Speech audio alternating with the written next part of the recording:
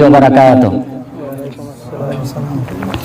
نحمده ونصلي على رسوله الكريم أما بعد فأعوذ بالله من الشيطان الرجيم ولا تحسبن الذين قتلوا في سبيل الله أمواتا بل أحياء عند ربهم يرزقون فرحين بما آتاهم الله من فضله ويستبشرون بالذين لم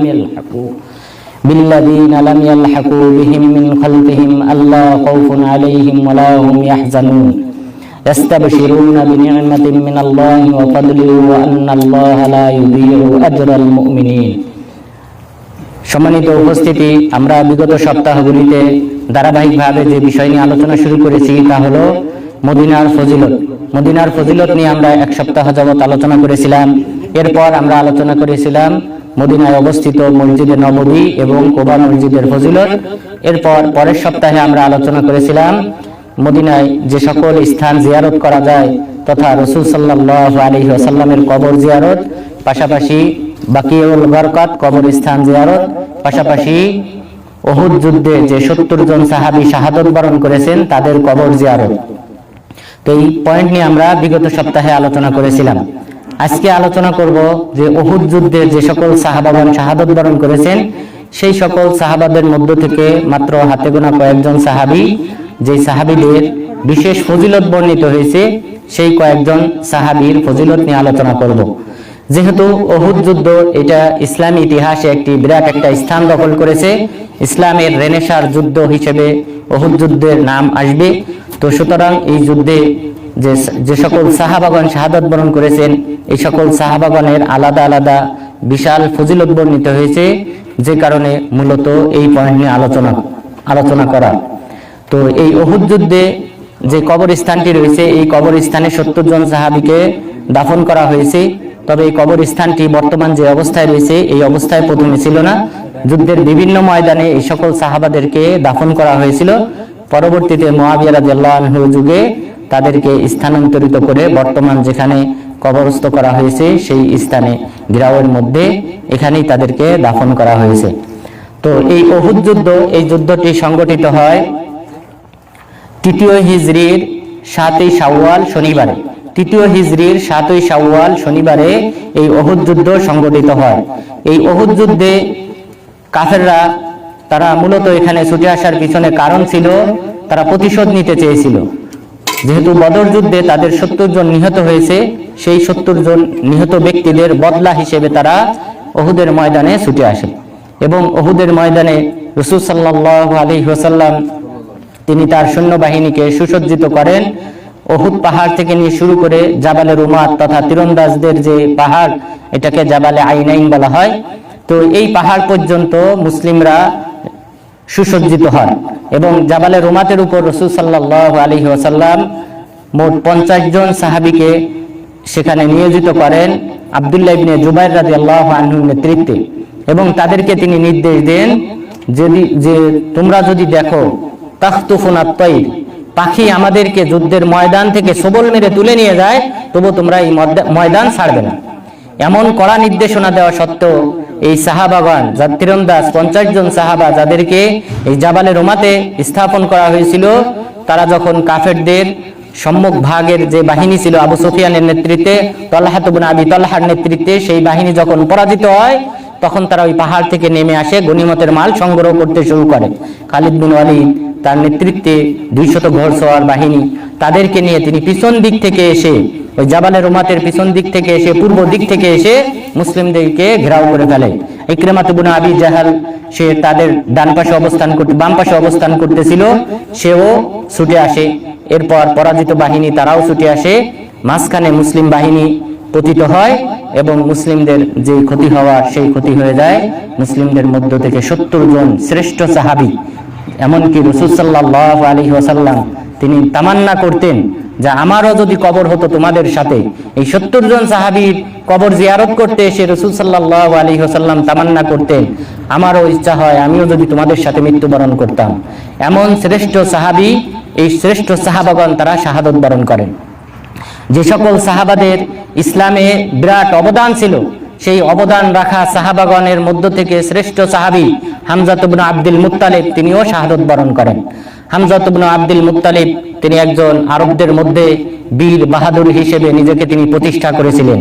বিশেষ করে ইসলাম গ্রহণ করার পর, বিশেষ করে তিনি যখন ইসলাম গ্রহণ করেছেন, সেই ইসলাম গ্রহণ করাটাও ছিল তিনি আবু জাহেলের বিপক্ষে অবস্থান করে তিনি ইসলাম গ্রহণ করেছিলেন। শুধুমাত্র নিজের বংশের মান মর্যাদা রক্ষার জন্য তিনি ইসলাম গ্রহণ করেছিলেন। যখন তিনি হরিণ শিকার করতে এসে, যখন তিনি শিকারি শিকার করতে এসে যখন তিনি ফিরে আসলেন, তিনি তাকে এক মহিলা বললেন, তোমার ভাতিজাকে আবু জাহেল অপমান করেছে, অপদস্থ করেছে এবং প্রহার করেছে। হামজা ইবনে আব্দুল মুত্তালিব রাদিয়াল্লাহু আনহু যখন তিনি শুনতে পেলেন যে আমি জীবিত থাকতে, আমি মক্কায় অবস্থান করা অবস্থায় আমার ভাতিজার গায়ে হাত তুলবে এমন দুঃসাহস কোনো ব্যক্তির নেই এবং আমি তার ধর্মের উপর প্রতিষ্ঠিত, তখন তিনি সেই ঘোষণা দিয়েছিলেন এবং বর্ষা দিয়ে আবু জাহেলের মাথায় তিনি আঘাত করেছিলেন।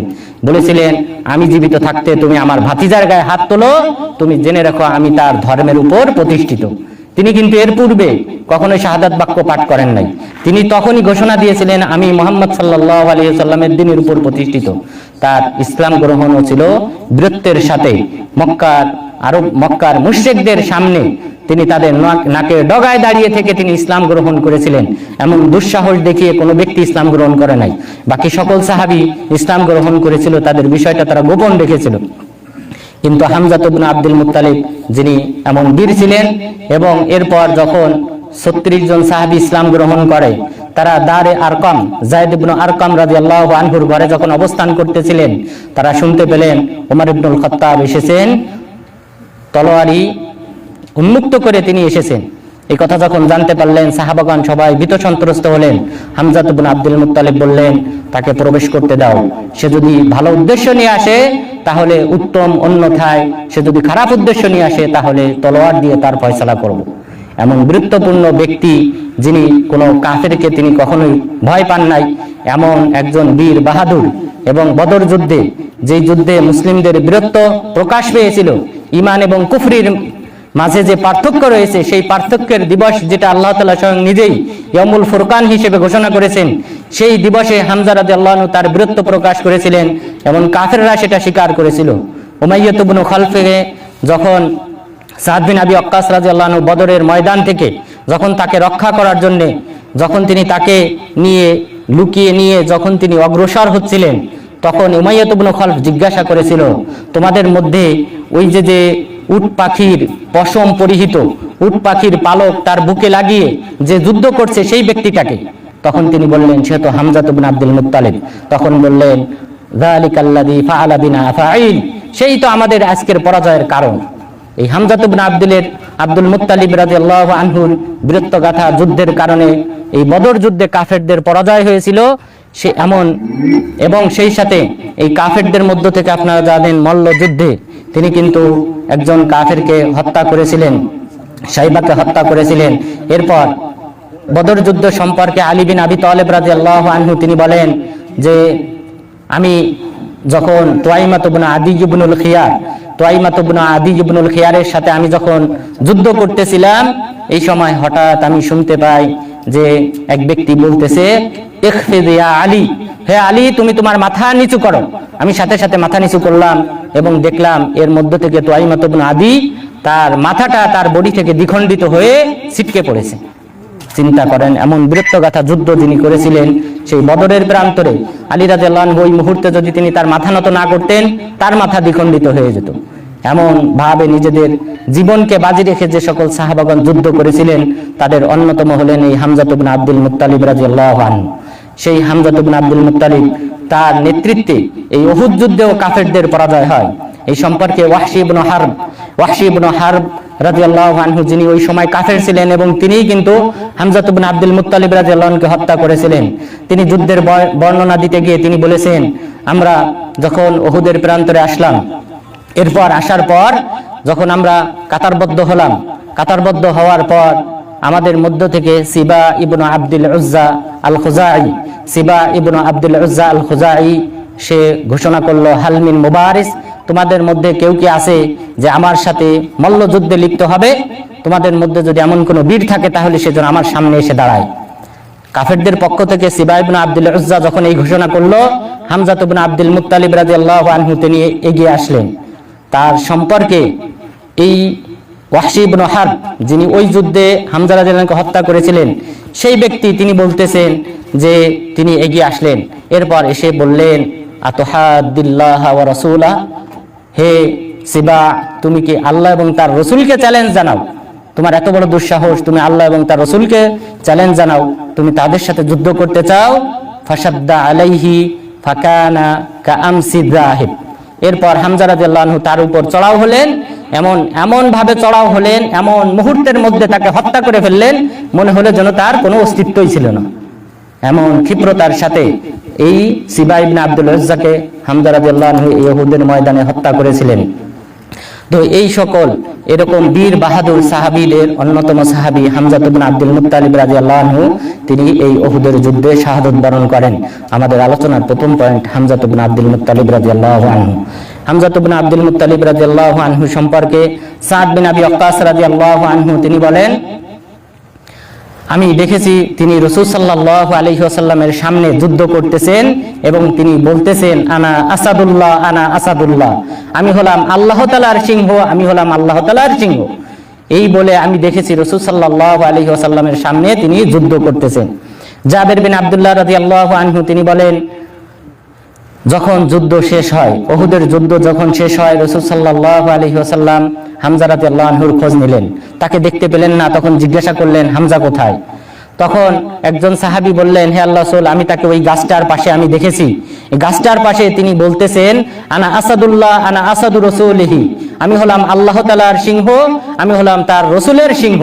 এই বলে আমি দেখেছি তিনি যুদ্ধ করতেছেন এবং পাশাপাশি তিনি বলতেছেন, আতাজিরু, হে আল্লাহ, আমি তোমার কাছে ওজর পেশ করতেছি, আমি দুঃখ প্রকাশ করতেছি যে মুসলিমরা যে পরাজয় বরণ করেছে, তারা যে যুদ্ধের ময়দান ছেড়ে পলায়ন করেছে এবং রাসূল সাল্লাল্লাহু আলাইহি ওয়াসাল্লাম নির্দেশ অমান্য করে তারা যে যুদ্ধের ময়দান এই জাবালে রুমাত পরিহার করেছে, এজন্য আমি তোমার কাছে দুঃখ প্রকাশ করি। আমি তাকে এই গাছটার পাশে এইভাবে ঘোষণা দিতে শুনেছি। এই কথা শোনার পর রাসূল সাল্লাল্লাহু আলাইহি ওয়াসাল্লাম ওই সাহাবীর সাথে সাথে ওই গাছটার কাছে গেলেন। এরপর এই সাহাবী বলতেছেন, ফালাম্মা রাআ জাবহাতাহু বাকা ওয়ালাম্মা রাআ মা মুসিলা বিহি শাহিকা। রাসূল সাল্লাল্লাহু আলাইহি ওয়াসাল্লাম যখন হামজা ইবনে আব্দুল মুত্তালিব রাদিয়াল্লাহু আনহুর কপাল দেখতে পেলেন, তখন তিনি কান্না করলেন। নিহত অবস্থায় যখন পড়ে থাকতে দেখলেন, তখন তিনি কান্না করলেন। এরপর যখন দেখলেন তার অঙ্গহানি করা হয়েছে, নাক, হাতের আঙ্গুল, পায়ের আঙ্গুল, লিঙ্গ ইত্যাদি অংশগুলিকে যে কেটে ফেলা হয়েছে, এটা যখন তিনি দেখলেন, তিনি উচ্চস্বরে চিৎকার করলেন। এরপর চিৎকার করার পর রাসূল সাল্লাল্লাহু আলাইহি ওয়াসাল্লাম বললেন, ইন্না সাইয়্যিদাশ শুহাদাই ইনদাল্লাহি আযজা ওয়া জাল্লা ইয়াউমাল কিয়ামা হামজা, তোমরা জেনে রেখো, নিশ্চয়ই আল্লাহ তাআলার নিকট কিয়ামত দিবসে শহীদদের সর্দার হলেন হামজা ইবনে আব্দুল মুত্তালিব। সুতরাং এই সাহাবী তিনি বীরত্বের সাথে যুদ্ধ করেছিলেন উহুদের যুদ্ধেও, এবং এই যুদ্ধেও তার বিশাল অবদান ছিল, কিন্তু তিনি এই যুদ্ধে শাহাদাত বরণ করেন। রাসূল সাল্লাল্লাহু আলাইহি ওয়াসাল্লাম তাকে শহীদদের সর্দার হিসেবে ঘোষণা করেছেন। রাসূল সাল্লাল্লাহু আলাইহি ওয়াসাল্লাম আরো এক শ্রেণীর মানুষকে শহীদদের সর্দার হিসেবে ঘোষণা করেছেন। তিনি বলেছেন, সাইয়্যিদুশ শুহাদাই হামজা ইবনে আব্দুল মুত্তালিব ওয়া রাজুলুন কামা ইলা ইমামিন জাইর ফাআমারাহু ওয়া নাহাহু ফাকাতালাহু, যে শহীদদের সর্দার হলেন হামজা ইবনে আব্দুল মুত্তালিব, পাশাপাশি ওই ব্যক্তি যে ব্যক্তি কোনো একজন জালিম শাসকের সামনে দাঁড়িয়ে তাকে ভালো কাজের আদেশ দেয়, অন্যায় কাজে নিষেধ করে, তখন সে তাকে হত্যা করে ফেলে। তাহলে জালিম শাসকের সামনে দাঁড়িয়ে যদি কোনো ব্যক্তি হক কথা বলে, তাকে যদি হত্যা করা হয় এই হক কথা বলার কারণে, তাহলে সেই ব্যক্তিও শহীদদের সর্দার হিসেবে গণ্য হবে। তাহলে হামজা ইবনে আব্দুল মুত্তালিব রাদিয়াল্লাহু আনহুকে রাসূল সাল্লাল্লাহু আলাইহি ওয়াসাল্লাম শহীদদের সর্দার হিসেবে আখ্যায়িত করেছেন। এরপর এই হামজা ইবনে আব্দুল মুত্তালিব রাদিয়াল্লাহু আনহুর শাহাদাত বরণের ঘটনাটা ওয়াহশী ইবনে হারব, যিনি হত্যা করেছিলেন, তিনি নিজেই বর্ণনা করেছেন। এই সম্পর্কে জাফর বিন আমর ইবনে উমাইয়াহ আয-যমরি রাহিমাহুল্লাহ তিনি বলেন, আমি উবাইদুল্লাহ ইবনে আদি ইবনুল খিয়ারের সাথে আমরা হিমস শহরে গেলাম। হাদিসটি সহিহ মুসলিমে উল্লেখ হয়েছে যে হিমস শহরে, ফিলিস্তিনের হিমস শহরে আমরা গেলাম। সেখানেই বসবাস করতেন ওয়াহশী ইবনে হারব, যিনি হামজা রাদিয়াল্লাহু আনহুকে হত্যা করেছিলেন। তখন উবাইদুল্লাহ ইবনে আদি ইবনুল খিয়ার বললেন, আমরা কি এই ব্যক্তির কাছে যেতে পারি না? তার কাছ থেকে কি হামজা রাদিয়াল্লাহু আনহুকে হত্যা করার ঘটনা বিবরণ কি আমরা শুনতে পারি না? তখন তারা দুইজন গেলেন এবং ওয়াহশী ইবনে হারব রাদিয়াল্লাহু আনহুকে জিজ্ঞাসা করলেন যে আপনি কিভাবে হামজা রাদিয়াল্লাহু আনহুকে হত্যা করেছিলেন। তখন তিনি এই প্রথম অংশ উল্লেখ করলেন যে সিবা ইবনে আব্দুল উজ্জা সে বল্লযুদ্ধের আহ্বান করেছিল, হামজা রাদিয়াল্লাহু আনহু তিনি চোখের পলকে ক্ষিপ্রতার সাথে কিছুক্ষণের মধ্যেই তাকে হত্যা করে গেলেন। এরপর হত্যা করার পর আমি কামানতু লাহু তাহতা সখরা। এই ওয়াহশী ইবনে হারব রাদিয়াল্লাহু আনহু তিনি বলেন যে আমাকে আমার যে মনিব রয়েছে জুবাইর ইবনে মুতিম আমার মনিব, তিনি আমাকে বললেন আমার চাচা তুয়াইমাত ইবনে আদিকে যেহেতু হামজা হত্যা করেছে বদর যুদ্ধে, সুতরাং তুমি যদি হামজাকে হত্যা করতে পারো তাহলে তুমি আজাদ। তো জুবাইর ইবনে মুতিম রাদিয়াল্লাহু আনহু দাস ছিলেন ওয়াহশী ইবনে হারব, তার চাচার বিনিময়ে যদি হামজাকে হত্যা করতে সক্ষম হয় তাহলে তিনি আজাদ হয়ে যাবেন। এই অফার যখন তিনি পেলেন তিনি বললেন আমি উহুদের ময়দানে আসলাম। এরপর উহুদের ময়দানে হামজা রাদিয়াল্লাহু আনহু সাথে সিবা বিন আব্দুল উজ্জার যে ঘটনা ঘটে সেটা বিবরণ দিলেন। এরপর তিনি বললেন ফাকামিনতু লাহু তাহতা সখরা, আমি একটি পাথরের নিচে লুকিয়েছিলাম। অর্থাৎ এই ঘটনা উনি যেটা বর্ণনা করতেছেন এটা ইতিহাস থেকে আমরা যতটুকু বুঝতে পারি এই ঘটনা ঘটেছিল যখন মুসলিমদের পরাজয় হয়। অর্থাৎ যখন এই পাহাড়ে 50 জন যে তীরন্দাজ ছিল, এই তীরন্দাজ যারা ছিল তারা যখন এই পাহাড় ছেড়ে দেয়, খালিদ বিন ওয়ালিদ পিছন থেকে আক্রমণ শুরু করে, ওই সুযোগটাতে এই জাবালে রুমাতের পাশে ছোট একটা পাথরের নিচে তিনি লুকিয়ে থাকেন। যেহেতু তখন ওই অঞ্চলটা তাদের দখলে চলে যায়, কাফেরদের দখলে চলে যায়, তো ওই পাথরের নিচে লুকিয়েছিলেন। আর ওই জায়গাটাতে ওখানেই অর্থাৎ জাবালে রুমাতের নিচে এবং যেই দিকটাতে বর্তমান যে মসজিদ রয়েছে ওই দিকটাতে ওখানে পাথরের নিচে লুকিয়েছিল ওয়াহশী ইবনে হারব এবং ওখানেই তিনি নিহত হন। আমি পাথরের নিচে লুকিয়েছিলাম। এরপর যখন হামজা ইবনে আব্দুল মুত্তালিবকে আমি দেখলাম তখন বর্ষা দিয়ে আমি তাকে আঘাত করলাম, তার নাভি এবং লজ্জা স্থানের মাঝখান দিয়ে এই বর্ষাটা অপর সাইড দিয়ে বেরিয়ে যায়। এইভাবে তখন তিনি শাহাদত বরণ করেন। এরপর ওয়াহশী ইবনে হারব তিনি বলেন আমি এরপর মক্কায় আসলাম। মক্কায় আসার পর মক্কাতে মানুষজন ইসলাম গ্রহণ করতে শুরু করে। তখন আমি মক্কা ছেড়ে তায়েফে চলে যাই। তায়েফে যাওয়ার পর এরপর আমি মনে করলাম যে ইসলাম গ্রহণ করা দরকার। তখন আমি মদিনাতে আসলাম। মদিনাতে আসার পর রাসূল সাল্লাল্লাহু আলাইহি ওয়াসাল্লাম আমাকে দেখে জিজ্ঞাসা করলেন আনতা ওয়াহশী, তুমি কি ওয়াহশী ইবনে হারব? আমি বললাম হ্যাঁ। আনতা কতালতাহু হামজা, তুমি কি হামজা রাদিয়াল্লাহু আনহুকে হত্যা করেছো? তিনি বললেন হ্যাঁ। তখন তিনি বললেন ফাহাল তাস্তাতিউ আন তুগাইবা ওয়াজহাকা আন্নি, তুমি যদি পারো তাহলে আমার সামনে আসবে না, তোমার চেহারা আমাকে দেখাবে না, কেননা তোমাকে দেখলে আমার ওই পিছনে হামজা রাদিয়াল্লাহু আনহুকে হত্যা করার ঘটনা বিবরণ আমার চোখে ভেসে ওঠে। তুমি যদি সম্ভব হয় তুমি আমার সামনে থেকে দূরে থাকবে। এরপর ওয়াহশী ইবনে হারব বলেন তখন আমি মদিনা ছেড়ে চলে গেলাম।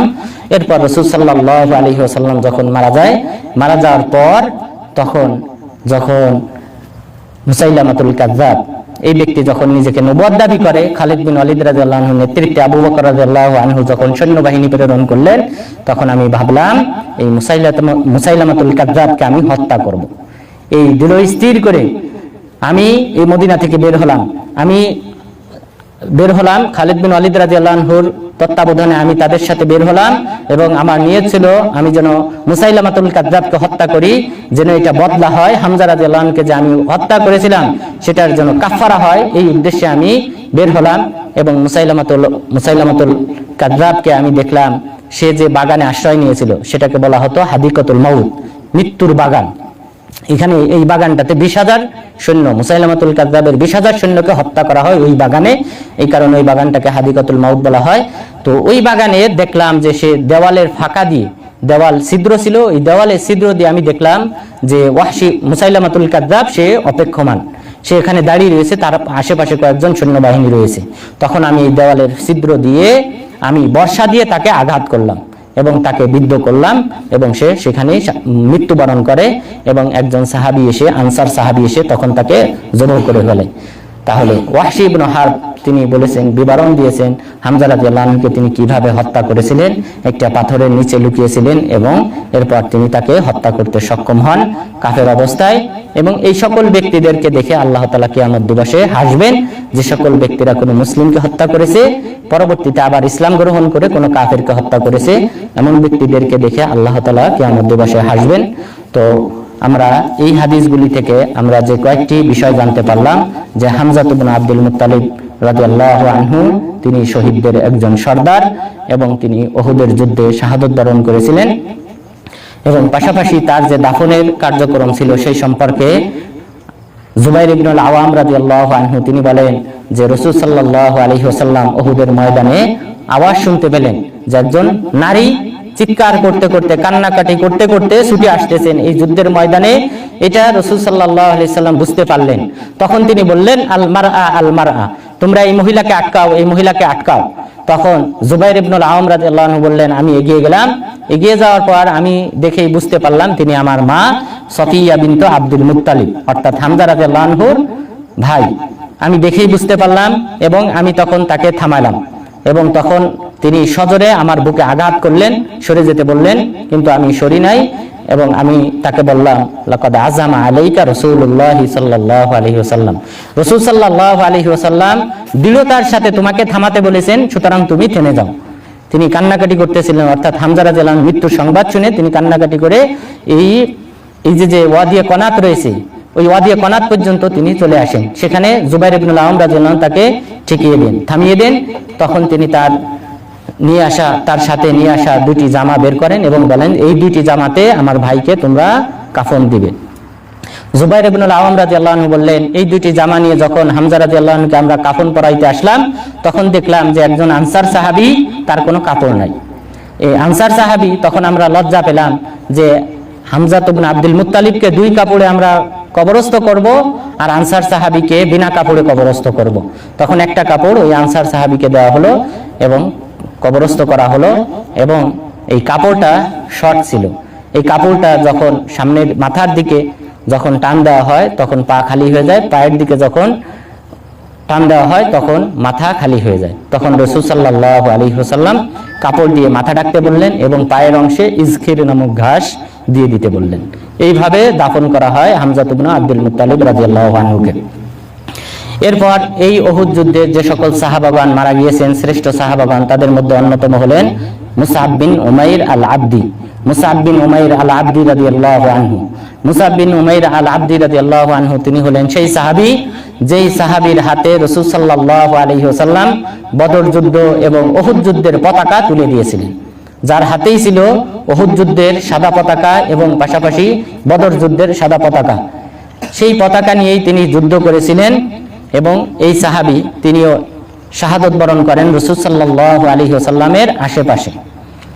যখন রাসূল সাল্লাল্লাহু আলাইহি ওয়াসাল্লামকে উতবা ইবনে আবি ওয়াক্কাস তিনি যখন রাসূল সাল্লাল্লাহু আলাইহি ওয়াসাল্লামের মাথায় বর্ষা দিয়ে বিদ্ধ করেন, হেলমেট ভেঙে গিয়ে দুটি অংশ তার মাথায় ঢুকে যায় এবং আরেকজন ব্যক্তি আব্দুল্লাহ ইবনে শিহাব আজ-জুহরি সেই ব্যক্তি রাসূল সাল্লাল্লাহু আলাইহি ওয়াসাল্লামের কপালে আঘাত করে এবং অপর আরেক ব্যক্তি আব্দুল্লাহ ইবনে কুমা আল-লাইসি সে রাসূল সাল্লাল্লাহু আলাইহি ওয়াসাল্লামের নাক এবং ঠোঁট বরাবর পাথর দিয়ে আঘাত করে।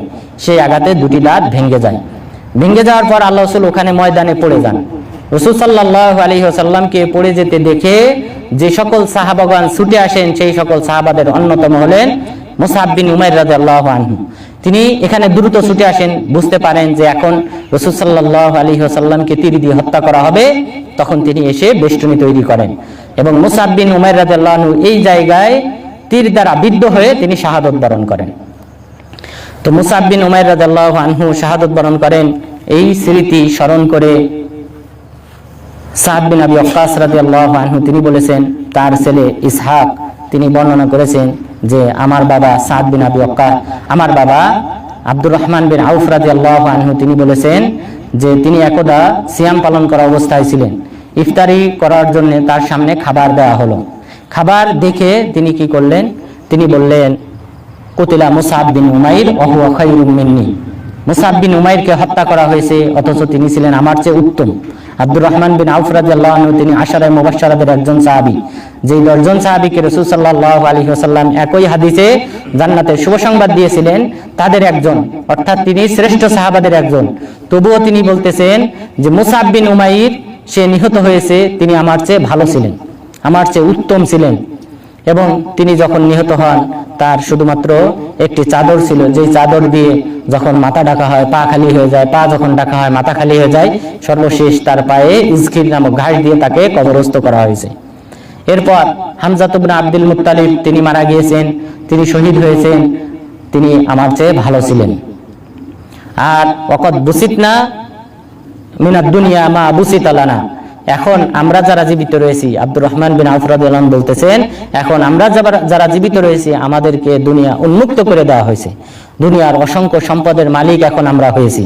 আব্দুর রহমান বিন আউফ রাদিয়াল্লাহু আনহু মদিনার শ্রেষ্ঠ ব্যবসায়ীদের একজন এবং পাশাপাশি সবচেয়ে সম্পদশালী ব্যক্তিদের একজন। তিনি মারা যাওয়ার সময় 80,000 দিরহাম রেখে গিয়েছিলেন, অর্থাৎ 80,000 দিরহাম পেয়েছিলেন। তার মাত্র একজন স্ত্রী, তার কয়েকজন স্ত্রী ছিল, একজন স্ত্রীর অংশ ছিল 80,000 দিরহাম। তো ওই সাহাবী তিনি আফসোস করে বলতেছেন, ইফতারির সময় যখন ইফতারি সামনে দেওয়া হয় তিনি খাবার দেখে তিনি আফসোস করে বলেছেন, আমার চেয়ে উত্তম ব্যক্তি হামজা পাশাপাশি মুসআব বিন উমাইর তারা মারা গিয়েছে, শাহাদত বরণ করেছে, তারা আমাদের মতো এরকম নিয়ামত তারা পান নাই, নিয়ামত না পেয়ে তারা স্বাভাবিক অবস্থায় তারা মৃত্যুবরণ করেছে, অথচ তারা আমার চেয়ে উত্তম ছিল। আমি আশঙ্কা করি যে দুনিয়াটা আল্লাহ তাআলা আমার জন্য উন্মুক্ত করে দিয়েছেন, আমার জন্য খুলে দিয়েছেন, দুনিয়ার সম্পদ উপার্জন করাটা আমার জন্য সহজ করে দিয়েছেন পরকালের বিনিময়ে। এই আশঙ্কা আমি করি যে পরকাল হয়তো আল্লাহ তাআলা আমাকে সেই পরিমাণ সওয়াব দেবেন না যেই পরিমাণ সওয়াব মুসআব বিন উমাইর অর্জন করেছে, হামজা ইবনে আব্দুল মুত্তালিব অর্জন করেছে, হয়তো আমাকে সেই পরিমাণ সওয়াব দেওয়া হবে না। এই কারণে দুনিয়াতে আমাকে এই নিয়ামতগুলি দান করা হয়েছে। সুম্মা বাকা ওয়া তারাকা তাআম, তিনি কাঁদতে থাকলেন এবং খাবার খাওয়া পরিহার করলেন। তো সুতরাং মুসআব বিন উমাইর রাদিয়াল্লাহু আনহু তিনি শ্রেষ্ঠ সাহাবাদের একজন এবং তিনি এই যুদ্ধে তিনি শাহাদত বরণ করেছেন এবং পাশাপাশি তার এই স্বীকৃতিটাও দান করেছেন আরো একজন সাহাবী খব্বাব বিন আরাত রাদিয়াল্লাহু আনহু। তিনিও আফসোস করে পরবর্তীতে বলেছেন যে হাজারনা নাবতাগি ওয়াজহাল্লাহ, আমরা হিজরত করেছিলাম, আমাদের উদ্দেশ্য ছিল একমাত্র আল্লাহ তাআলার সন্তুষ্টি অর্জন করা, আল্লাহ তাআলার সন্তুষ্টির উদ্দেশ্যে আমরা হিজরত করেছিলাম। ওয়াকাদ ওয়াকা আজরুনা আলাল্লাহ, আমাদেরকে সওয়াব দেওয়াটা, প্রতিদান দেওয়াটা আল্লাহর উপর আবশ্যক হয়ে গেছে। এরপর তবে আমাদের মধ্যে ওয়ামিন্না মান মাজা ওয়া লাম ইয়াকুল মিন আজরিহি শাইআ, আমাদের মধ্যে অনেকেই মারা গিয়েছে, সে তার যে প্রতিদান, হিজরত করার যে প্রতিদান, সেই প্রতিদান সে ভক্ষণ না করেই মারা গিয়েছে। তার মধ্যে অন্যতম হলো মুসআব বিন উমাইর রাদিয়াল্লাহু আনহু। এরপর তিনি বললেন তিনি মাত্র একটি চাদর রেখে গিয়েছিলেন, সেই চাদরে তাকে কবরস্থ করা হয়েছে, অথচ আল্লাহ তাআলা আমাদেরকে এখন কত নিয়ামত দান করেছেন। তাহলে এইভাবে আফসোস করে খব্বাব ইবনুল আরাত রাদিয়াল্লাহু আনহু তিনিও আফসোস করেছেন। এরপর আব্দুর রহমান বিন আউফ রাদিয়াল্লাহু আনহু আফসোস করেছেন এবং তারা স্বীকৃতি দিয়েছেন যে মুসআব বিন উমাইর রাদিয়াল্লাহু আনহু তিনি শ্রেষ্ঠ সাহাবাদের একজন। এরপর এই যুদ্ধে যে সকল সাহাবী শাহাদত বরণ করেছেন তাদের মধ্যে অন্যতম সাহাবী হলেন আব্দুল্লাহ ইবনে জাহাশ রাদিয়াল্লাহু আনহু। এবং এই আব্দুল্লাহ ইবনে জাহাশ রাদিয়াল্লাহু আনহু হলেন হামজা রাদিয়াল্লাহু আনহুর বোনের ছেলে, অর্থাৎ ভাগ্নে। হামজা রাদিয়াল্লাহু আনহুর ভাগ্নে বোনের ছেলে আব্দুল্লাহ ইবনে জাহাশ রাদিয়াল্লাহু আনহু তিনি ওই যুদ্ধে শাহাদত বরণ করেছেন। সাদ বিন আবি ওয়াক্কাস রাদিয়াল্লাহু আনহু তিনি বলেন, এই যুদ্ধ শুরু হওয়ার পূর্বে ওই রাতে আমাকে ডেকে আব্দুল্লাহ ইবনে জাহাশ বললেন, আলা তা'তিনা নাদউল্লাহ, আসো আমরা একসাথে আল্লাহ তাআলাকে ডাকি, আল্লাহ তাআলার কাছে দোয়া করি। তখন তারা দুইজন এক প্রান্তে চলে গেলেন, আলাদা নির্জনে এক জায়গায় গেলেন। যাওয়ার পর সাদ বিন আবি ওয়াক্কাস রাদিয়াল্লাহু আনহু তিনি দোয়া করলেন, হে আল্লাহ, আগামীকাল যে যুদ্ধ শুরু হবে, এই যুদ্ধ শুরু হওয়ার পর আমি যেন একজন বীর বাহাদুর কোনো একজন কাফেরকে পাই এবং এই বীর বাহাদুর কাফেরের সাথে যেন আমি যুদ্ধ করি এবং এই বীর বাহাদুর কাফেরের উপর যেন আমি বিজয় লাভ করি এবং তাকে যেন হত্যা করতে সক্ষম হই এবং পাশাপাশি আমি যেন তার সাথে যে সম্পদ রয়েছে সেই সম্পদগুলি যেন ছিনিয়ে নিতে পারি, গনিমতের মাল হিসেবে যেন আমি গ্রহণ করতে পারি। তিনি এই দোয়া করলেন। আব্দুল্লাহ ইবনে জাহাশ রাদিয়াল্লাহু আনহু দোয়া করলেন, হে আল্লাহ, আগামীকাল যে যুদ্ধ শুরু হবে, এই যুদ্ধ শুরু হলে আমি যেন কাফেরদের একজন বীর বাহাদুর কোনো এক কাফেরের সাথে যেন আমি যুদ্ধ করতে পারি, এবং আমি যেন যুদ্ধ করি, এবং যুদ্ধ করতে করতে এই কাফের যেন আমার উপর বিজয় লাভ করে, ফায়াজদাউ আনফি ওয়া উযুনি, এবং সে যেন আমার নাক কান কেটে ফেলে, যেন আগামীকাল যখন আমি তোমার সাথে সাক্ষাৎ করব, যদি তুমি প্রশ্ন করো যে তুমি কি করেছো, কেন তোমার কান এবং নাক কাটা হয়েছে, যেন আমি প্রত্যুত্তরে বলতে পারি যদি ফিকা ওয়া ফি রাসূলিল্লাহ, তোমার এবং তোমার রাসূলের কারণে আমার এই নাক এবং কান কাটা গেছে। আমি যেন এই প্রত্যুত্তর তোমার সাথে যেদিন সাক্ষাৎ হবে সেদিন যেন আমি বলতে পারি, হে আল্লাহ, তুমি আমাকে সেই তৌফিক দান করো। সাদ বিন আবি ওয়াক্কাস রাদিয়াল্লাহু আনহু তার ছেলে ইসহাককে লক্ষ্য করে বললেন, ইয়া বুনাইয়া কানা দাওয়াতু আব্দুল্লাহ ইবনে জাহাশ খায়রাম মিন্নি, হে বৎস, তুমি জেনে রেখো নিশ্চয়ই আব্দুল্লাহ ইবনে জাহাশ রাদিয়াল্লাহু আনহু দোয়াটা আমার দোয়ার চেয়ে উত্তম ছিল। কেননা ফারাআইতুহু ফি আখিরিন নাহারি ওয়া ইন্না উযুনাহু ওয়া আনফাহু কদ উল্লিকা বি মিখিয়াত, যে আমি দিন শেষ হওয়ার পর আমি দেখলাম এই আব্দুল্লাহ ইবনে জাহাশ রাদিয়াল্লাহু আনহুর নাক এবং কান সুতা দিয়ে সেলাই করে রাখা হয়েছে, সুতা দিয়ে সেলাই করে ঝুলিয়ে রাখা হয়েছে, অর্থাৎ কাফেররা তার নাক কান কেটে ঝুলিয়ে রেখেছে। আমি সেটা দিন শেষ হওয়ার পর, যুদ্ধ শেষ হওয়ার পর আমি দেখেছি। সুতরাং আমার দোয়ার চেয়ে এই আব্দুল্লাহ ইবনে জাহাশ রাদিয়াল্লাহু আনহুর দোয়াটা আরো বেশি কার্যকর ছিল, ভালো ছিল, উত্তম ছিল। যেহেতু তিনি শাহাদত বরণ করেছেন, সুতরাং এই শাহাদত বরণের সাথে আর কোনো মর্যাদা হতে পারে না। এরপর যে সকল সাহাবী এই আব্দুল্লাহ ইবনে জাহাশ রাদিয়াল্লাহু আনহু, তাকে এবং হামজা রাদিয়াল্লাহু আনহুকে একই সাথে কবরস্থ করা হয়েছে। সুতরাং আপনারা বর্তমান যে কবরস্থানটা দেখেন, এই কবরস্থানে বড় একটা যে বাউন্ডারিটা আপনারা দেখতে পান, এই বড় বাউন্ডারির মধ্যে এই দুইজন সাহাবী এবং আরেকজন সাহাবীর কথা বলা হয়। এই দুজন সাহাবী তাহলে হামজা ইবনে আব্দুল মুত্তালিব রাদিয়াল্লাহু আনহু এবং আব্দুল্লাহ ইবনে জাহাশ রাদিয়াল্লাহু আনহু, এই দুইজনের কবর এটা মোটামুটি সহিহ সনদ দ্বারা সাব্যস্ত। তবে কেউ কেউ বলেন যে এখানে আরো একজন সাহাবীর কবর রয়েছে, তিনি হলেন মুসআব বিন উমাইর, যে সাহাবী সম্পর্কে আমরা আলোচনা করলাম, মুসআব বিন উমাইর আল আবদি, এই সাহাবীরও কবর রয়েছে, অর্থাৎ তিনজনের কবর এখানে রয়েছে। তো তাহলে আমরা মুসআব বিন উমাইর রাদিয়াল্লাহু আনহু শাহাদাত বরণ সম্পর্কে জানলাম, এরপর হামজা ইবনে আব্দুল মুত্তালিব রাদিয়াল্লাহু আনহু সম্পর্কে জানলাম, এরপর আব্দুল্লাহ ইবনে জাহাশ রাদিয়াল্লাহু আনহু সম্পর্কে জানলাম। এরপর আমাদের চতুর্থ যে সাহাবী শাহাদাত বরণ করেছেন উহুদের যুদ্ধে, তিনি হলেন হানজালা ইবনে আবি আমির আর-রাহিব। হানজালা ইবনে আবি আমির আর-রাহিব এই সাহাবী, তিনি শাহাদাত বরণ করেছেন এবং তিনি শ্রেষ্ঠ সাহাবাদের একজন, যেই সাহাবীকে ফেরেশতাগণ গোসল দিয়েছেন। সুবহানাল্লাহ। হানজালা রাদিয়াল্লাহু আনহু হলেন সেই সাহাবী, যেই সাহাবীকে ফেরেশতাগণ গোসল দিয়েছেন। এই সম্পর্কে আব্দুল্লাহ ইবনে জুবাইর রাদিয়াল্লাহু আনহু তিনি বলেন, যখন হানজালা রাদিয়াল্লাহু আনহু যুদ্ধের দামামা যখন তিনি শুনতে পেলেন, অর্থাৎ তিনি কিন্তু সৈন্যবাহিনীর সাথে যুদ্ধের ময়দানে আসেন নাই, রাসূল সাল্লাল্লাহু আলাইহি ওয়াসাল্লাম সাহাবাদেরকে নিয়ে 700 সাহাবাকে নিয়ে যখন তিনি যুদ্ধের ময়দানে এসেছিলেন, সেই সময় তিনি আসেন নাই। যেদিন যুদ্ধ শুরু হয়, যেদিন যুদ্ধের দামামা বেজে উঠেছে, সেদিন তিনি কি করলেন, মদিনা থেকে রওনা দিলেন এবং যুদ্ধে অংশগ্রহণ করলেন। আব্দুল্লাহ ইবনে জুবাইর রাদিয়াল্লাহু আনহু তিনি এই ঘটনা বর্ণনা করেছেন। আর তিনি যুদ্ধে প্রথম দিকে অংশগ্রহণ না করার পিছনে মূল কারণ ছিল, তিনি জামিলা বিনতে উবাই বিন আব্দুল্লাহ ইবনে সালুল, এই মহিলাকে তিনি ওই সময় বিবাহ করেছিলেন, নতুন বিবাহিত ছিলেন, এই কারণে তিনি যুদ্ধে অংশগ্রহণ করেননি। কিন্তু যখন যুদ্ধ শুরু হয়, এই সংবাদ যখন তিনি পান, তখন তিনি ছুটে আসেন, যুদ্ধের ময়দানে ছুটে আসেন এবং তিনি জুনুবী অবস্থায় ছিলেন, তিনি যুদ্ধ করেন। আব্দুল্লাহ ইবনে জুবাইর রাদিয়াল্লাহু আনহু তিনি বর্ণনা করেন, যুদ্ধের ময়দানে আসার পর তিনি ইস্তাআলা আলা আবি সুফিয়ান, আবু সুফিয়ান ইবনে হারব, অর্থাৎ কাফেরদের এই উহুদ যুদ্ধে যিনি নেতৃত্ব প্রদান করতেছিল, এই আবু সুফিয়ানের উপর তিনি চড়াও হন। হানজালা রাদিয়াল্লাহু আনহু আবু সুফিয়ানকে যখন হত্যা করার উপক্রম হয়েছেন, তার উপর চড়ে বসেছেন, এখন শুধুমাত্র হত্যা করবেন। ওই মুহূর্তে শাদ্দাদ ইবনুল আসওয়াদ নামে এক ব্যক্তি হানজালা রাদিয়াল্লাহু আনহুকে হত্যা করে ফেলে। তো হানজালা রাদিয়াল্লাহু আনহুকে ওই মুহূর্তে হত্যা করে ফেলে, তিনি জুনুবী অবস্থায় শাহাদাত বরণ করেন। শাহাদাত বরণ করার পর রাসূল সাল্লাল্লাহু আলাইহি ওয়াসাল্লাম যখন যুদ্ধের ময়দানে হানজালা রাদিয়াল্লাহু আনহুকে দেখলেন, তখন সাহাবাদেরকে লক্ষ্য করে তিনি বললেন, ইন্না সাহিবাকুম হানজালা তুগাসসিলুহুল মালাইকা ফাসালু সাহিবাতাহু, যে তোমাদের এই সাথী হানজালা, তাকে ফেরেশতাগণ এখন গোসল প্রদান করতেছেন, সুতরাং তোমরা তার সাহচর্য কামনা করো, যে তোমরাও যেন তার সাথেই হতে পারো, তোমরা সেটা কামনা করো। তাহলে হানজালা রাদিয়াল্লাহু আনহু তিনি এমন ইতিহাস তৈরি করেছেন যে তাকে এমন মর্যাদা অর্জন করেছেন যাকে ফেরেশতারা গোসল দিয়েছেন। আমরা সবাই জানি যুদ্ধের ময়দানে যারা শাহাদত বরণ করবে তাদের গোসল নেই, জানাজা নেই। তাদেরকে গোসলও দিতে হবে না, জানাজাও দিতে হবে না, তাদেরকে ওই অবস্থায় কবরস্থ করতে হবে জানাজার সালাত ছাড়াই এবং গোসল দেওয়া ছাড়াই, ওই রক্ত মাখা অবস্থায় তাদেরকে কবরস্থ করতে হবে। কিন্তু হানজালা রাদিয়াল্লাহু আনহু যেহেতু জুনুবী অবস্থায় ছিলেন, এই কারণে ফেরেশতাগণ তাকে গোসল দিয়েছেন। সুতরাং এটা কিন্তু বিরাট একটা মর্যাদা, বিরাট একটা ফজিলত। এই কারণে আনাস বিন মালিক রাদিয়াল্লাহু আনহু তিনি বলতেন যে ইফতাখারাল আউস ওয়াল খাজরাজ, আউস এবং খাজরাজ তথা মদিনার যে দুটি গোত্র ছিল আনসার সাহাবাদের, সেই আউস এবং খাজরাজ গোত্রের দুই গোত্র তারা একজন আরেকজনের উপর গর্ব অহংকার করে। একজন আরেকজনের উপর গর্ব অহংকার করে আউস গোত্রের লোকজন তারা বলে যে মিন্না গসিলুল মালাইকা হানজালা, যে আমাদের মধ্যে রয়েছে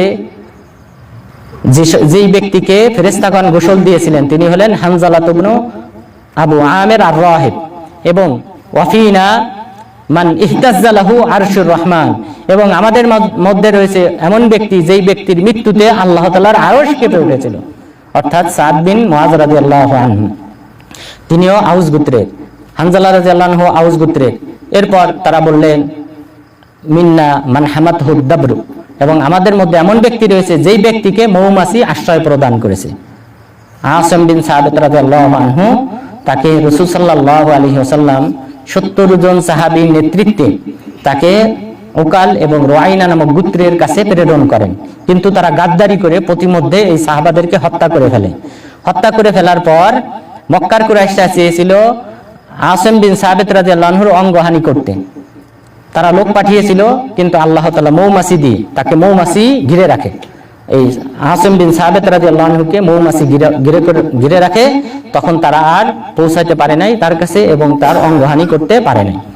তখন আউস গোত্রের লোকজন তারা এই বলে গর্ববোধ করে, এবং পাশাপাশি তারা গর্ববোধ করে ওয়াফিনা মান উজিজাত লাহু শাহাদাতু রাজুলাই বিরাজুলিন ওয়াহিদ, আমাদের মধ্যে এমন ব্যক্তি রয়েছে যেই ব্যক্তির একজনের সাক্ষী দুইজন ব্যক্তির সাক্ষীর সমান, অর্থাৎ খুজাইমা ইবনে সাবিত রাদিয়াল্লাহু আনহু।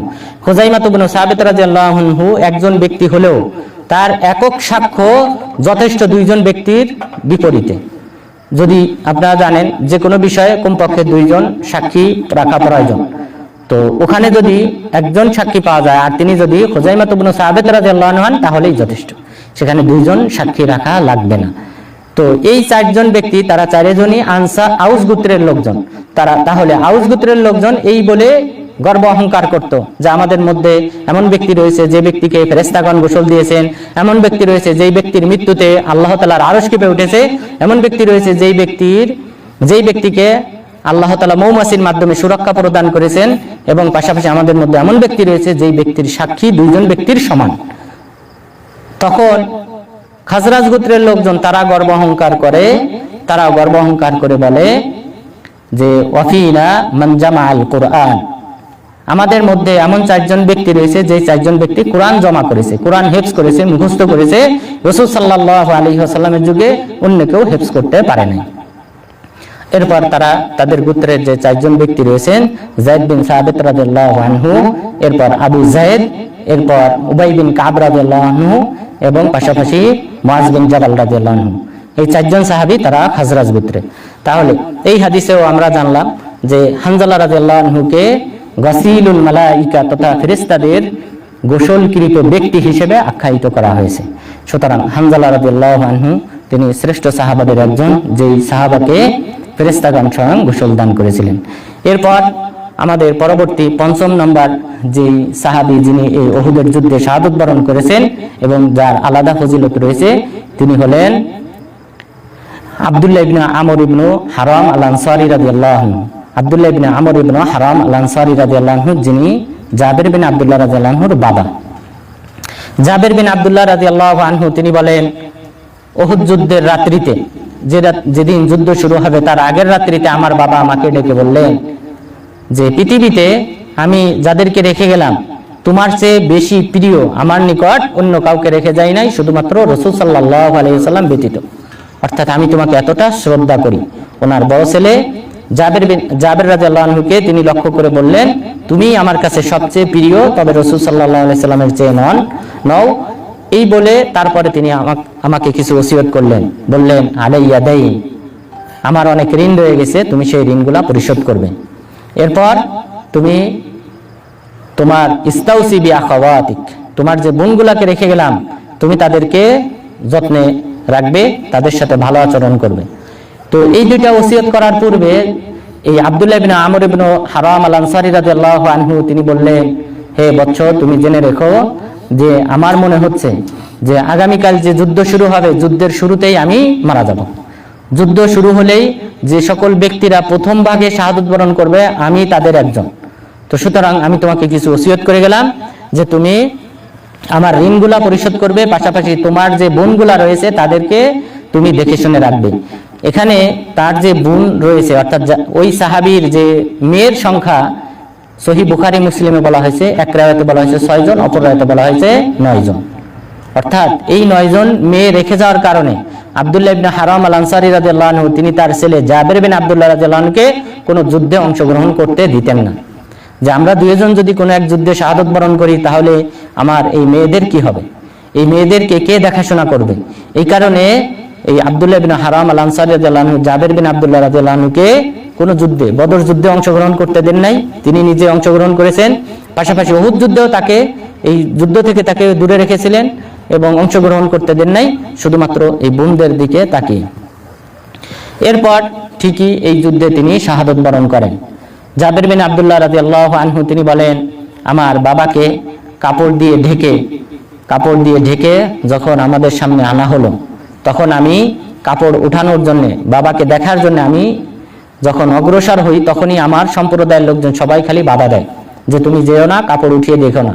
অর্থাৎ জাবের বিন আব্দুল্লাহ ইবনে হারাম আল আনসারী রাদিয়াল্লাহু আনহু ওনাকেও অঙ্গহানি করা হয়েছিল, তার নাক কান কেটে নেওয়া হয়েছিল, লিঙ্গ কেটে নেওয়া হয়েছিল, আঙ্গুল কেটে নেওয়া হয়েছিল, এইভাবে বিকলাঙ্গ করা হয়েছিল। এই কারণে সবাই নিষেধ করতেছিল যে তুমি তাকে দেখো না, পর্দা উঠায়ও না, কাপড় উঠায়ও না। কিন্তু তবু আমি সামনে অগ্রসর হলাম, যেহেতু রাসূল সাল্লাল্লাহু আলাইহি ওয়াসাল্লাম নিষেধ করতেছিলেন না, তখন আমি কাপড় উঠালাম। কাপড় উঠানোর পর যখন দেখলাম, এরপর আমার ফুফু ফাতেমাতু বিনতে আমর ইবনে হারাম তিনি উচ্চস্বরে চিৎকার করে উঠলেন। ফাতেমা বিনতে আমর যখন চিৎকার করে উঠলেন, আমার ফুফু যখন চিৎকার করে উঠলেন তার ভাইকে দেখে, এই বিকলাঙ্গ অবস্থায় দেখে, তখন রাসূল সাল্লাল্লাহু আলাইহি ওয়াসাল্লাম বললেন, তাবকুন আওলা তাবকুন মা যালাতিল মালাইকাতু তুযিল্লুহু বিআজনিহাতিহা হাত্তা রাফাতুমুহু। তোমরা জেনে রেখো, তোমরা কান্নাকাটি করো আর নাই করো, তোমরা জেনে রেখো তোমরা যতক্ষণ পর্যন্ত পর্দা উঠাও নাই ততক্ষণ পর্যন্ত ফেরেশতাগণ তাকে তাদের ডানা দিয়ে ছায়া প্রদান করতেছিলেন। তাহলে এই সাহাবী, আমরা হানজালা রাদিয়াল্লাহু আনহু সম্পর্কে জানলাম, হানজালা রাদিয়াল্লাহু আনহুকে ফেরেশতাগণ গোসল দিয়েছিলেন, আর এই আব্দুল্লাহ ইবনে হারাম আল আনসারী রাদিয়াল্লাহু আনহুকে ফেরেশতাগণ তাদের ডানা দিয়ে ঢেকে রেখেছিলেন। তাহলে এই সকল সাহাবাগণ এমন মর্যাদা অর্জন করেছেন, এমন ফজিলত অর্জন করেছেন, এমন একনিষ্ঠতার সাথে যুদ্ধ করেছিলেন, ইসলাম গ্রহণ করেছিলেন, যে কারণে ফেরেশতাগণ তাদেরকে ছায়া প্রদান করেছেন। এই সাহাবীকে এইভাবে ছায়া প্রদান করা হয়। এবং এই সাহাবীগণ তাদেরকে যে কবরস্থ করা হয়েছে, তাদেরকে যেভাবে কবরস্থ করা হয়েছে তাদেরকে সেভাবেই পাওয়া গেছে। জাবের বিন আব্দুল্লাহ রাদিয়াল্লাহু আনহু তিনি বলেন, 6 মাস পরে আমার বাবাকে যখন কবরস্থ করা হয়, তখন তার সাথে আমর ইবনুল জামুহ নামে আরেকজন সাহাবীকে কবরস্থ করা হয়। অর্থাৎ একই কবরে রাসূল সাল্লাল্লাহু আলাইহি ওয়াসাল্লাম উহুদ যুদ্ধে 2 জন 3 জন এরকম সাহাবাকে কবরস্থ করেছিলেন। তো যখন বলা হতো যে ব্যক্তি বেশি কোরআন মুখস্থ করেছে সেই ব্যক্তিকে আগে কবরে রাখা হতো, তারপর যিনি কম কোরআন হিফজ করেছেন তাকে রাখা হতো। তো আমার বাবার সাথে আমর ইবনুল জামুহ নামে আরেকজন সাহাবীকে কবরস্থ করা হয়। তো যেহেতু 2 জনকে কবরস্থ করা হয়েছে, পরবর্তীতে আমার মনে প্রশান্তি পাই নাই, আমি কোনো সময় প্রশান্তি পাই নাই যে আমার বাবার কবরে কেন অপর কোনো ব্যক্তি থাকবে। তখন 6 মাস পর ফাস্তাখরাজতুহু, আমি আমার বাবাকে কবর থেকে তুললাম। বাবাকে যখন কবর থেকে তুললাম, ফাওয়াজাদতুহু কায়াউমিন ওয়াযাতুহু হুনাইয়া গায়রা উযুনিহি। যেদিন আমরা তুললাম, আমি 6 মাস পরে যখন আমার বাবাকে তুললাম, আমি যেদিন তাকে কবরস্থ করেছিলাম সেই দিন যেভাবে রেখেছিলাম ঠিক অনুরূপ সেভাবেই পেয়েছি, শুধুমাত্র কানের একটা অংশ ব্যতীত, যে অংশটা মাটির সাথে লেগেছিল সেই অংশটা ব্যতীত বাকি পুরা বডি যেভাবে আমি দাফন করেছিলাম 6 মাস পূর্বে ঠিক সেভাবেই পেয়েছি। সুতরাং এই সকল সাহাবারা এমনিতেই এই মর্যাদা অর্জন করেন নাই। তাদের কবর, তাদের লাশ মাটি ভক্ষণ করতে পারে নাই এবং মাটিকে ভক্ষণ করার অনুমতি দেওয়া হয় নাই। এই কারণে 6 মাস পরেও যখন তোলা হয়েছে তখন ঠিক সেভাবেই পাওয়া গেছে। 6 মাস পরে নয়, বরং পুনরায় আবার আরেকবার তোলা হয়েছিল। এই সাহাবীকে আব্দুল্লাহ ইবনে আমর আল আনসারী রাদিয়াল্লাহু আনহুকে 46 বছর পর মুআবিয়া ইবনে আবি সুফিয়ান রাদিয়াল্লাহু আনহু যখন মুসলিম খলিফা হন 49 হিজরিতে, তখন এই যে ওয়াদিয়ে কনাত রয়েছে উহুদ পাহাড়ের পাদদেশ দিয়ে, এই ওয়াদিয়ে কনাতের পানি বেড়ে যায়। পানি বেড়ে যাওয়ার কারণে যে সকল সাহাবী এই ওয়াদিয়ে কনাতের আশেপাশে কবরস্থ অবস্থায় ছিলেন সেই সকল সাহাবীর কবর ভেসে যায়। ভেসে যাওয়ার পর মুআবিয়া ইবনে আবি সুফিয়ান রাদিয়াল্লাহু আনহু তিনি নির্দেশ দেন যেন তাদেরকে একটা উঁচু স্থানে কবরস্থ করা হয়। তখন মুআবিয়া ইবনে আবি সুফিয়ান রাদিয়াল্লাহু আনহুর সৈন্যবাহিনী তারা মদিনায় গিয়ে ঘোষণা করে যে তোমাদের যারা যে সকল আত্মীয় স্বজন মারা গিয়েছে তোমরা তাদেরকে কবর থেকে তোলো। তখন জাবের বিন আব্দুল্লাহ রাদিয়াল্লাহু আনহু তিনি বলেন, তখন আমরা যখন কবর থেকে তুলতেছিলাম তখন এই কোদালের আঘাতে আমার এই কবরস্থ ব্যক্তিদের কোনো একজনের পায়ে আঘাত লাগে। ফানফাতারাত দামা, তখন সাথে সাথে তার পা থেকে ফিঙ্কি দিয়ে রক্ত ছুটতে শুরু করলো। অর্থাৎ একজন তাজা মানুষকে যেভাবে, তাজা মানুষের পায়ে যদি কোদালের আঘাত লাগে সেখান থেকে যেভাবে রক্ত ফিঙ্কি দিয়ে ছুটবে, ঠিক অনুরূপ ভাবে এই শাহাদত বরণকৃত সাহাবীর পা থেকে রক্ত ছুটতে শুরু করলো। জাবের বিন আব্দুল্লাহ রাদিয়াল্লাহু আনহু তিনি বলেন, এই 49 বছর পর যখন ঘোষণা করা হলো যে মদিনায় যখন ঘোষণা করা হলো যাদের কবর রয়েছে তাদের নিকটাত্মীয় এখানে দাফন করা হয়েছে, তারা এসে তাদেরকে যেন উঠিয়ে এই নির্দিষ্ট স্থানে উঁচু স্থানে যেন কবরস্থ করে, এই ঘোষণা যখন শুনলাম তখন আমরা পুনরায় এসে আমার বাবাকে তুললাম এবং আগে যেভাবে আমি রেখেছিলাম ঠিক সেভাবেই পেয়েছি। তো সুতরাং এই সকল সাহাবা তারা কিন্তু এই যে বিশাল সুবিশাল মর্যাদা অর্জন করেছেন, এর পেছনে মূলত তাদের যে ইখলাস, একনিষ্ঠতা এবং ইসলামের জন্য তাদের যে ত্যাগ তিতিক্ষা ছিল, সে কারণেই কিন্তু তারা এই মহান মর্যাদা অর্জন করতে পেরেছে। তাহলে আজকের আলোচনায় আমরা যে সংক্ষিপ্ত বিবরণে উহুদ যুদ্ধ সম্পর্কে জানতে পারলাম যে এই উহুদ যুদ্ধে মুসলিমদের পরাজয়ের পিছনে মূল যে কারণ ছিল যে তীরন্দাজ 50 জন তীরন্দাজকে আল্লাহ রাসূল যেই পাহাড়ে নিয়োজিত করেছিলেন সেই পাহাড় তারা ছেড়ে দেয়। এই পাহাড় থেকে তারা নেমে যায়, মাত্র 10 জন সাহাবী ব্যতীত 40 জন সাহাবী পাহাড় থেকে নেমে যায়। বাকি যে 10 জন ছিল সেই 10 জনকে খালিদ বিন ওয়ালিদ সেখানেই হত্যা করেন এবং তারা এই কাফেররা আরো 60 জন সাহাবীকে পরবর্তীতে হত্যা করতে সক্ষম হয়। মোট 70 জন সাহাবীকে তারা হত্যা করে। পাশাপাশি রাসূল সাল্লাল্লাহু আলাইহি ওয়াসাল্লামকেও তারা হত্যা করার উপক্রম হয় এবং রাসূল সাল্লাল্লাহু আলাইহি ওয়াসাল্লাম তিনি নিজে আহত হন, বর্ষা দ্বারা বিদ্ধ হন, দাঁত ভেঙে যায়, কপাল ফেটে যায়, নাক দিয়ে রক্ত ঝরে, এভাবে তিনি রক্তাক্ত হন এবং তাকে বেষ্টনী তৈরি করেন যে সকল সাহাবাগণ, সেখানে 8 জন সাহাবী তীরে বিদ্ধ হয়ে তিনি শাহাদাত বরণ করেন এবং সেই সকল সাহাবাদের মধ্যে অন্যতম ছিলেন মুসআব বিন উমাইর রাদিয়াল্লাহু আনহু। তিনিও রাসূল সাল্লাল্লাহু আলাইহি ওয়াসাল্লামের পাশে শাহাদাত বরণ করেন এবং পাশাপাশি যে সকল সাহাবা শাহাদাত বরণ করেছেন তাদের মধ্যে অন্যতম হলেন আব্দুল্লাহ ইবনে জাহাশ রাদিয়াল্লাহু আনহু এবং পাশাপাশি শাহাদাত বরণ করেছেন হানজালা রাদিয়াল্লাহু আনহু, যেই সাহাবীকে ফেরেশতাগণ গোসল দিয়েছিলেন এবং পাশাপাশি আব্দুল্লাহ ইবনে হারাম আল আনসারী রাদিয়াল্লাহু আনহু তিনিও শাহাদাত বরণ করেছেন, যেই সাহাবীকে ফেরেশতাগণ তারা তাদের ডানা দিয়ে আশ্রয় প্রদান করেছেন। পাশাপাশি এই সাহাবীর আরেকটা ফজিলত রয়েছে, সেই ফজিলতটি হলো এই সাহাবীর সাথে আল্লাহ তাআলা সরাসরি কথা বলেছেন। আব্দুল্লাহ ইবনে আমর বিন হারাম আল আনসারী রাদিয়াল্লাহু আনহু তিনি হলেন এমন একজন সাহাবী, তিনি শাহাদাত বরণ করার পর তার সাথে আল্লাহ তাআলা সরাসরি কথা বলেছেন। রাসূল সাল্লাল্লাহু আলাইহি ওয়াসাল্লাম একদা জাবের বিন আব্দুল্লাহ রাদিয়াল্লাহু আনহুকে দেখলেন, তিনি মনক্ষুণ্ণ অবস্থায় রয়েছেন। মালি আরাকা মুনকাসিরা, হে জাবের বিন আব্দুল্লাহ, কি হলো যে আমি তোমাকে দেখতেছি মনক্ষুণ্ণ অবস্থায়, দুশ্চিন্তাগ্রস্ত অবস্থায়, কেন তুমি দুশ্চিন্তাগ্রস্ত অবস্থায় রয়েছো? তখন রাসূল সাল্লাল্লাহু আলাইহি ওয়াসাল্লাম তাকে বললেন, আলা উখবিরুকা বিমা ক্বালাল্লাহু লিআবিক, আমি কি তোমাকে সে কথা বলবো না যে কথা আল্লাহ তাআলা তোমার বাবাকে বলেছেন? এরপর রাসূল সাল্লাল্লাহু আলাইহি ওয়াসাল্লাম বললেন, আল্লাহ তাআলা তোমার বাবাকে বলেছে, মা কাল্লামাল্লাহু আহাদান কাত্তু ইল্লা বিওয়ারাই হিজাব ওয়া কাল্লামাল্লাহু আবাকা কিফাহা। যে আল্লাহ তাআলা যখনই কোনো ব্যক্তির সাথে কথা বলেন মূলত পর্দার আড়াল থেকে কথা বলেন, কিন্তু আল্লাহ তাআলা তোমার বাবার সাথে সরাসরি কথা বলেছেন, অর্থাৎ ফেরেশতা জিবরিল আলাইহিস সালামের মাধ্যম ছাড়াই তিনি কথা বলেছেন, তিনি শুনেছেন কবরে। তো এইভাবে তোমার বাবার সাথে আল্লাহ তাআলা কথা বলেছেন। কথাটা কি ছিল? আল্লাহ তাআলা তাকে বললেন, তোমার বাবাকে বলেছিলেন, তামান্না ওয়াতিক, তুমি কামনা করো, আশা করো, আমি তোমার আশা পূরণ করব। তখন এই আব্দুল্লাহ ইবনে আমর ইবনে হারাম আল আনসারী রাদিয়াল্লাহু আনহু তিনি বললেন, তুহয়িনি ফাউকাতিল ফিকা সানিয়া, হে আল্লাহ তুমি আমাকে পুনরায় জীবন দান করবে, আমি পৃথিবীতে ফিরে যাব, পুনরায় যুদ্ধ করে আবার নিহত হব, তুমি আমাকে সেই সুযোগ দান করো। আল্লাহ তাআলা বললেন যে আমি পূর্বেই ফয়সালা করেছি, দুনিয়াতে আমি মাত্র একবার পাঠাবো, মানুষকে মাত্র একবার সুযোগ দেব পৃথিবীতে আমল করার, দ্বিতীয়বার আমি কাউকে সুযোগ দেব না। তখন জাবের বিন আব্দুল্লাহর বাবা আব্দুল্লাহ বিন হারাম রাদিয়াল্লাহু আনহু তিনি বললেন, ইয়া রব বাল্লিগ মান ওয়ারাই, হে আল্লাহ তুমি আমরা যে নিয়ামতের মধ্যে রয়েছি, আমরা গত সপ্তাহে বলেছিলাম এই উহুদ যুদ্ধে শাহাদাত বরণকারী সাহাবাদের আত্মাগুলি সবুজ পাখির মধ্যে রাখা হয়েছে, তারা আরশের নিচে কিছু ঝাড়বাতি রয়েছে, সেখানে তারা উড়াউড়ি করে, জান্নাতের যে কোনো স্থানে গিয়ে তারা খাবার আহরণ করে। তো এই যে নিয়ামতের মাঝে রয়েছে, হে আল্লাহ তুমি আমার পরে অর্থাৎ দুনিয়াতে যে সকল ব্যক্তিরা রয়েছে তুমি তাদেরকে জানিয়ে দাও। তখন আল্লাহ তাআলা আয়াত অবতীর্ণ করলেন, যে আয়াতগুলি আমরা আজকে মাগরিবের সালাতে আয়াত পাঠ করেছি, সেই 5টি আয়াত এই উহুদ যুদ্ধ সংক্রান্ত বিষয় অবতীর্ণ হয়েছে। মহান রব্বুল আলামিন সেই আয়াত সূরা আল ইমরানের 169 থেকে নিয়ে কয়েকটি আয়াত অবতীর্ণ করেছেন।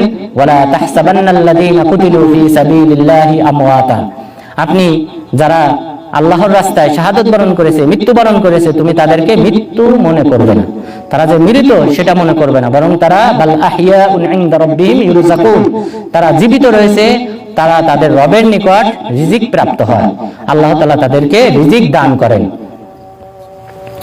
এরপর মহান রব্বুল আলামিন বলেছেন, ইয়াস্তাবশিরুনা বিল্লাযীনা লাম ইয়ালহাকু বিহিম মিন খালফিহিম আল্লা খাউফুন আলাইহিম ওয়ালা হুম ইয়াহজানুন, এবং তারা তোমাদেরকে শুভ সংবাদ জানায়, অর্থাৎ যারা মৃত্যুবরণ করেছে, এই যে আব্দুল্লাহ ইবনে আমর ইবনে হারাম আল আনসারী তিনি সহ অন্যান্য যারা শাহাদাত বরণ করেছে, ইয়াস্তাবশিরুনা বিল্লাযীনা লাম ইয়ালহাকু বিহিম মিন খালফিহিম, তারা তোমাদেরকে শুভ সংবাদ জানাইতেছে, যারা এখনো মিলিত হও নাই তাদের সাথে, তোমাদেরকে তারা শুভ সংবাদ জানাইতেছে, আল্লাহ খাউফুন আলাইহিম ওয়ালা হুম ইয়াহজানুন, যে তোমরা কখনোই দুশ্চিন্তাগ্রস্ত হবে না এবং ভবিষ্যতেও তোমরা কোনো সময় দুশ্চিন্তাগ্রস্ত হবে না, তোমাদের কোনো ভয় ভীতি নেই, বরং তোমরা নিশ্চিন্তে দুনিয়াতে তোমরা অবস্থান করো, আল্লাহর রাস্তায় জিহাদ করো, তোমাদের কোনো ভয় নেই, তোমরা কখনোই দুশ্চিন্তাগ্রস্ত হবে না। ইয়াস্তাবশিরুনা বিনি'মাতিন মিনাল্লাহ ওয়া ইয়াস্তাবশিরুনা বিনি'মাতিন মিনাল্লাহি ওয়া ফাদলিল, এবং তারা তোমাদেরকে আল্লাহ তাআলার নিয়ামতের শুভ সংবাদ প্রদান করতেছে। তাহলে এই শুভ সংবাদটা এই উহুদ যুদ্ধে অংশগ্রহণকারী যে সকল সাহাবাগণ শাহাদাত বরণ করেছেন, তারা যে আল্লাহ তাআলার নিয়ামতের মাঝে রয়েছেন এবং আল্লাহ তাআলা তাদেরকে জান্নাতের নিয়ামত তাদেরকে প্রদান করতেছেন, এই শুভ সংবাদটা দুনিয়াবাসীকে জানিয়ে দেওয়ার জন্য আল্লাহ তাআলা সূরা আল ইমরানের 169 থেকে নিয়ে কয়েকটি আয়াত অবতীর্ণ করেছেন। সুতরাং আল্লাহ তাআলা যে এই আব্দুল্লাহ ইবনে আমর ইবনে হারাম আল আনসারী রাদিয়াল্লাহু আনহুর সাথে কথা বলেছিলেন সরাসরি, সেটার বহিঃপ্রকাশ হলো এই আয়াত, যে আয়াতে আল্লাহ তাআলা বলেছেন, ওয়ালা তাহসাবান্নাল্লাযীনা কুতিলু ফী সাবিলিল্লাহি আমওয়াতা, যারা আল্লাহর রাস্তায় জিহাদ করে মারা গেছে তোমরা তাদেরকে মৃত মনে করো না, বরং তারা জীবিত। তাহলে আজকের ঘটনায় আমরা মোট 5 জন সাহাবী সম্পর্কে জানলাম। এইভাবে 70 জন সাহাবী শাহাদাত বরণ করেছেন। অধিকাংশ সাহাবীর ব্যাপারে আলাদা আলাদা ফজিলত বর্ণিত হয়েছে।